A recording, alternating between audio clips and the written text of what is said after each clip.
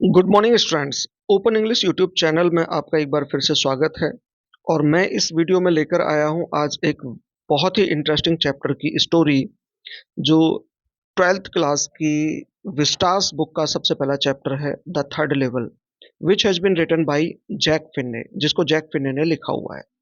इस स्टोरी को हम हिंदी में पढ़ेंगे, लेकिन इस स्टोरी को पढ़ने से पहले कुछ इंपॉर्टेंट इंफॉर्मेशन मैं आपको देना चाहता हूं, जैसे कि कुछ कैरेक्टर्स, जिसमें सबसे पहला कैरेक्टर है चार्ली, जो 31 ईयर्स ओल्ड है, इस कहानी का मेन हीरो प्रोटैगनिस्ट है। दूसरा है इसका कैरेक्टर लुइसा, जो चार्ली की वाइफ है। और थर्ड है सैम वीनर, जो कि चार्ली का एक दोस्त है और प्रोफेशन से वह साइकेट्रिस्ट है, यानी मनोचिकित्सक है, मनोरोग चिकित्सक है। फोर्थ है चार्ली के दादाजी। एंड फिफ्थ है अमेरिकन प्रेसिडेंट रूजवेल्ट। ये एक दो कैरेक्टर्स का केवल नाम उसमें दिया हुआ है, बाकी इनका कोई बहुत बड़ा रोल नहीं है। इसके अलावा सिक्स पर है presidents of New York Central, the New York, New Haven and Hartford railroads, यानी इनके कुछ प्रेसिडेंट्स का जिक्र इसमें किया हुआ है। प्लेसेस के बारे में बात करें तो सबसे इंपॉर्टेंट तो यही है grand central station of America. जो ग्रैंड सेंट्रल रेलवे स्टेशन है उसके बारे में यहाँ पर बात की गई है। सेकंड है गैल्सबर्ग इन इलियोनॉइस, जहां पर चार्ली जाना चाहता है। अदर कुछ और इंफॉर्मेशन है, जैसे कि द वर्ड। द वर्ड क्या है? ये उस न्यूज़पेपर का नाम है जिसको वो देखता है। सेकंड देखते हैं, डेट दे रखे 11 जून 1894। ये वो डेट है जो डेट उस द वर्ड न्यूज़पेपर के ऊपर प्रिंट पर चार्ली देखता है। थर्ड पॉइंट है इसमें जुलाई 1894। ये डेट है जो एक पत्र पर लिखी हुई देखता है वो। अब कैसे है ये आगे हम डिटेल में स्टोरी पढ़ेंगे तब आपको समझ में आएगा। एक और बहुत इंपॉर्टेंट यहाँ पर एक फ्रेज है, first day cover. First day cover क्या होता है, इसके बारे में मैं थोड़ा सा बता दूं। फर्स्ट डे कवर होता है, इन इंफॉर्मेशंस के अलावा जो इसका सबसे बेस्ट पार्ट है और सबसे इंटरेस्टिंग पार्ट है, वो है इस चैप्टर की मिस्ट्री। और उस मिस्ट्री, उस रहस्य के वजह से ये चैप्टर ज़्यादातर स्टूडेंट्स को समझ नहीं आता है। तो वो मिस्ट्री हम लास्ट में जब चैप्टर को कंप्लीट करेंगे, कंप्लीट करने के बाद में ये बेस्ट पार्ट हमारा उस समय होगा, तो इसलिए इस वीडियो को बीच में स्किप मत कीजिए। हाँ, वो इस मिस्ट्री में पहले भी बता सकता था, लेकिन चैप्टर का इंटरेस्ट खत्म हो जाएगा, इसलिए ये मिस्ट्री लास्ट में हम बात रखेंगे। तो शुरू करते हैं इस चैप्टर की कहानी। ये कहानी एक ऐसे 31 साल के एक नौजवान व्यक्ति की है, जो अपनी रोजी रोटी चलाने के लिए कुछ अपनी जॉब, अपनी जिम्मेदारियों को निभाते निभाते कुछ प्रॉब्लम्स झेलता है, और उस समय साइकोलॉजिकल प्रेशर में होने की वजह से उसको थोड़ी ओवर थिंकिंग होती है। अब जो जैक फिन्नी इसके राइटर हैं, उन्होंने इस चैप्टर को कुछ इस तरह से लिखा है कि जो अमेरिका का ग्रैंड सेंट्रल रेलवे स्टेशन है, उस पर केवल दो ही लेवल हैं। लेवल का मतलब उसके दो तल हैं, जहां से अलग अलग तरीके से गाड़ियां मिलती हैं। लेकिन इस बात को प्रूव करने के लिए वो कहता है कि जो रेल रोड्स के जो प्रेसिडेंट्स हैं, कौन कौन से railroads? New York Central, the New York, New Haven और हार्टफोर्ड रेल रोड्स के प्रेसिडेंट कसम खाकर कह सकते हैं कि ये जो ग्रैंड सेंट्रल के केवल लेवल हैं, वो केवल दो हैं। लेकिन जैक फिनी ने जो कैरेक्टर बनाया है चार्ली, जो मेन कैरेक्टर है, जो इसका नैरेटर भी है, वो नैरेटर कहता है कि मैं कहता हूं कि ये 3 लेवल हैं। अब वो इस बात को प्रूव करने की कोशिश करता है, और वो बताता है कि एक बार ऐसे हुआ कि मैं अपने ऑफिस में कुछ देर तक काम करता रहा, और उसके बाद जब मैं अपने घर जाना चाहता था, तो मैंने अपना एक शॉर्ट रास्ता लेना चाहा। और शॉर्ट रास्ता लेने के लिए मैं एक कॉरिडोर में गया, और कॉरिडोर में जाने के बाद में मैं ग्रैंड सेंट्रल रेलवे स्टेशन पर पहुंचा, जहां पर सेकंड तल पर मैं पहुंचा, और वहां पर सारी नॉर्मल चीजें मैंने देखी। लेकिन उसके बाद यहाँ पर वो थोड़ा सा ग्रैंड सेंट्रल रेलवे स्टेशन का वर्णन करता है। वो बोलता है कि ग्रैंड सेंट्रल रेलवे स्टेशन इतना ह्यूज है, इतना विशालकाय है कि उसको समझना बड़ा मुश्किल है। वो खुद बताता है कि मैं कई बार इसमें अंदर गया हूँ, लेकिन कभी भी उस रास्ते से वापस नहीं लौट पाया जिस रास्ते से मैं अंदर गया हूँ। वो मैं हमेशा किसी न किसी नए रास्ते पर ही जाकर निकलता हूँ और नए रास्ते पर या नई बिल्डिंग के सामने जाके निकलता हूँ, तो उन बिल्डिंग्स का भी यहाँ पर उसने ज़िक्र किया है। अब सारी बिल्डिंग्स का नाम लेना या सारी जगह का नाम लेना तो पॉसिबल नहीं होगा, अदरवाइज़ ले वीडियो बहुत लेंथी हो जाएगी। बस यही समझ लीजिएगा कि वो ग्रांड सेंट्रल स्टेशन की विशालता को दर्शाने के लिए बताता है कि उसको समझना बहुत मुश्किल है। और फिर वो बताता है कि ग्रांड सेंट्रल रेलवे स्टेशन इस तरीके से बढ़ रहा है जिस तरह से पेड़ की रूट्स बढ़ती हैं, चारों तरफ लगातार बढ़ती रहती हैं, यानी कुछ नए कॉरिडोर्स लगातार बनते रहे हैं। उसके बाद वो कहता है कि जब मैं सेकंड लेवल पर पहुँचा था, तो उस सेकंड लेवल पर पहुँचने के बाद फिर मैंने एक और कॉरिडोर लिया और मैं कुछ आगे बढ़ा। फिर मैं कुछ एक फ्लाइट मतलब सीढ़ियों की एक उस पर नीचे गया और वहाँ पहुँचने के बाद में फिर मैं पहुँचा एक अजीब-सी जगह पर, जहाँ पर कुछ अलग तरह के लोग थे। अलग तरह के लोग का मतलब जिनका पहनावा कुछ थोड़ा विचित्र था, बड़ी-बड़ी दाढ़ियाँ थी, मूंछ थी और वहाँ की जो विंडोज़ थीं, उन विंडोज़ का जो आकार था वो छोटा था और वहाँ पर इधर-उधर कुछ जो इंजिन्स थे वो पुराने जो रेल के इंजिन्स थे वो कुछ पुराने टाइप के थे। तो उसको वहाँ पर लगता है कि मैं कहीं और जगह पर आ गया हूँ। अब वो यहाँ पर देखता है कि वो देखता है कि यहाँ पर से गैल्सबर्ग जाने के लिए ट्रेन मिल सकती है। क्योंकि ये गैल्सबर्ग जाने का उसका अपना एक सपना था कि मैं गैल्सबर्ग जाऊँगा अपनी वाइफ लुइसा के साथ और वहाँ पर कुछ छुट्टियाँ एन्जॉय करूँगा। तो यहाँ से वो उसके दिमाग में ये बात आती है कि मैं अब शायद सही में किसी थर्ड लेवल पर आ चुका हूँ, जहाँ से मैं गैल्सबर्ग के लिए अ, ट्रेन पकड़ सकता हूँ। तो फिर फट से फिर वो टिकट विंडो के पास जाता है और उससे बोलता है कि मुझे गैल्सबर्ग के लिए 2 टिकटें दे दीजिए। लेकिन जैसे ही वो पैसे निकालता है अपनी जेब से, तो उन पैसों की तरफ नज़र डालते हुए जो टिकट खिड़की पर वो टिकट देने वाला व्यक्ति बैठा होता है, वो उसकी तरफ घूर कर देखता है और उसको कुछ इस तरह से चेतावनी देता है, क्या आप ये मुझे जाली नोट देकर आप मुझे बहकाना चाहते हैं? मैं ऐसे नहीं बहक पाऊँगा और जो आप मुझे ये नोट देना चाहते हैं, ये कोई अ, ओरिजिनल नोट नहीं है, ये मतलब पुराने नोट हैं। अ, तो वो कहना चाहता है कि उसको कुछ ये बात समझ आती है कि हाँ, ये जो थर्ड लेवल है, ये बहुत पुराने समय की शायद बात है और ये मेरे पास जो नोट हैं, वो अब के हैं और ये लोग कुछ पुराने हैं। अब उसके बाद फिर वो आता है इस बात को कन्फर्म करने के लिए कि ये कौन-सा ज़माना है या कोई अलग दुनिया है या क्या है। इस बात को कन्फर्म करने के लिए वह एक लड़का जो वहाँ पर न्यूज़पेपर बेच रहा होता है, उसके पास आता है और न्यूज़पेपर वाले लड़के के पास खड़ा होकर वो न्यूज़पेपर को स्टेयर करता है, ध्यान से देखता है। तो उस पर एक डेट लिखी होती है, जो डेट होती है जून सॉरी जून 11 1894। इसको देखकर वह समझ जाता है कि ये जो न्यूज़पेपर है, ये बहुत पुराने समय का है और उस पर जो पेपर का नाम होता है, वो होता है द वर्ल्ड।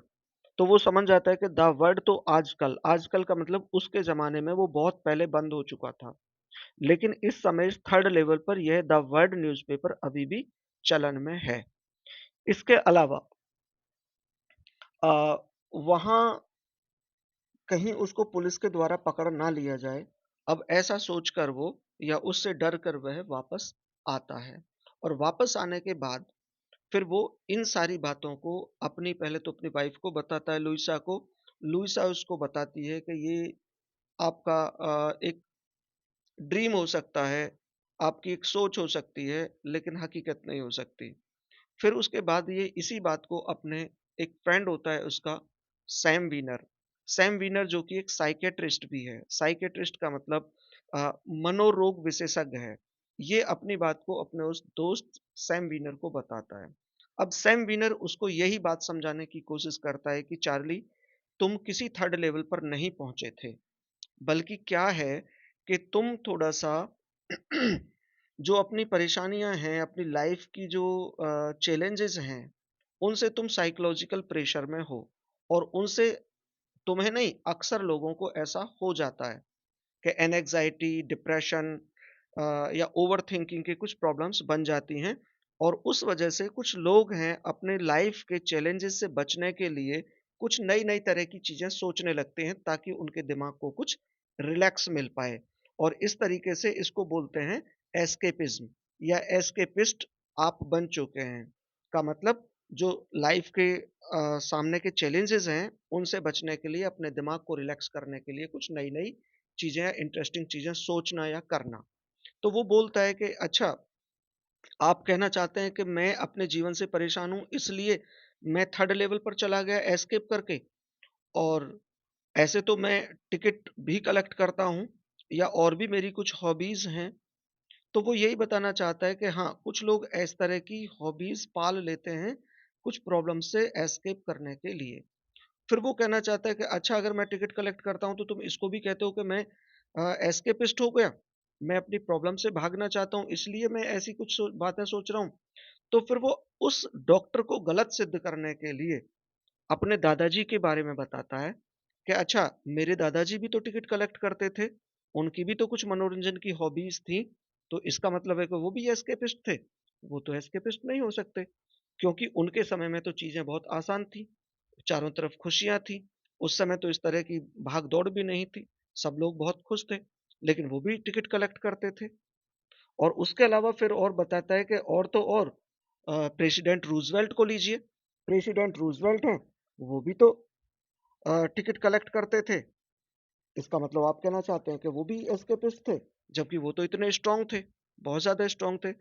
तो इस तरीके से जो चार्ली है, वो अपनी बात को सिद्ध करने के लिए कुछ एग्ज़ाम्पल्स देता है। सैम उसको इसके बाद भी बताता है कि भई ये सब तुम्हारा डे ड्रीम्स हैं, तुम्हारी कुछ अपनी सोच है, बाकी वास्तव में कुछ नहीं है।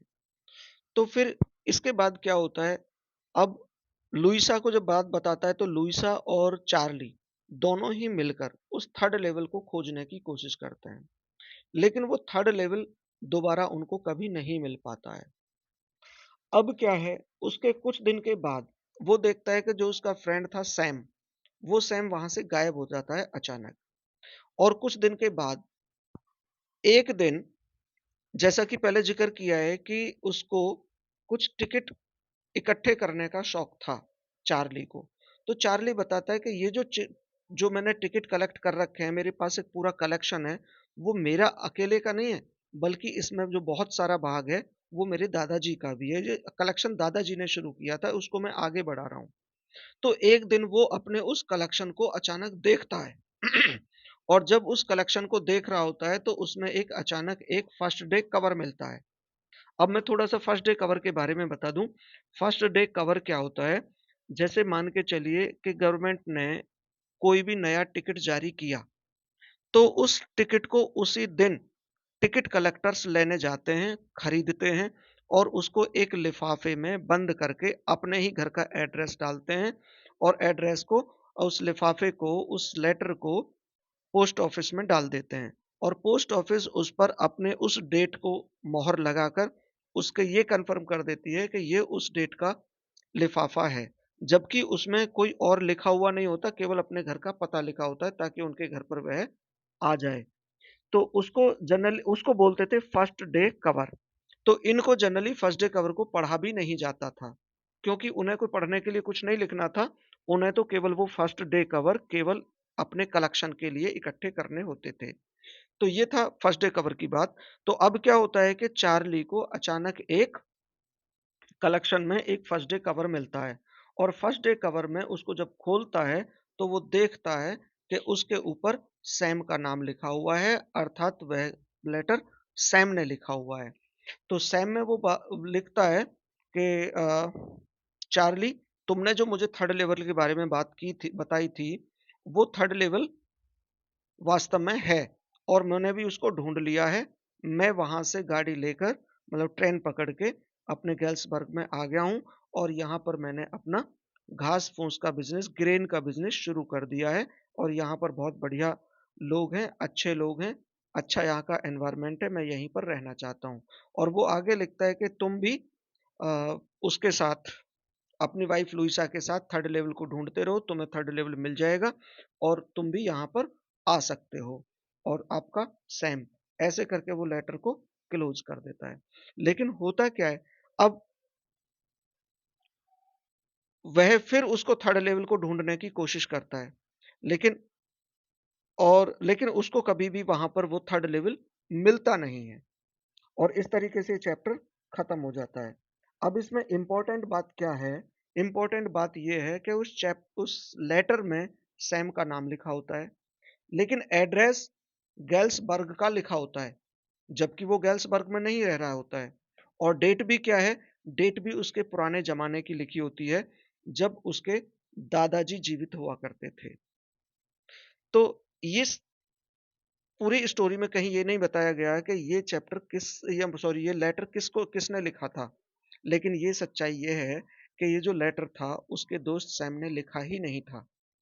सच्चाई ये थी कि अ, जो चार्ली है उसने अपनी बात को प्रूव करने के लिए ही यह लेटर खुद लिखा था। ठीक है? तो ये जो स्टोरी थी, एक ऐसे स्टोरी मैं बता चुका हूँ कि ऐसा होता है जब साइकोलॉजिकल दबाव में आते हैं व्यक्ति, तो वो कुछ अपनी चीज़ों को, मतलब उनके अंदर ओवरथिंकिंग हो जाती है, और ओवरथिंकिंग में वो अपने आप से ही क्वेश्चन करना शुरू कर देते हैं, और अपने ही आप वो जवाब देना शुरू कर देते हैं। तो ये कहानी ऐसे ही चार्ली की है, जिसने अपने ही आप से क्वेश्चन खड़े किए हैं और अपने ही आप से अपनी बात को प्रूव करने के लिए उसने जवाब दिया है। ठीक है स्टूडेंट्स? तो मैं उम्मीद करता हूँ आपको ये कहानी पसंद आई होगी। Thank you very much. Have a good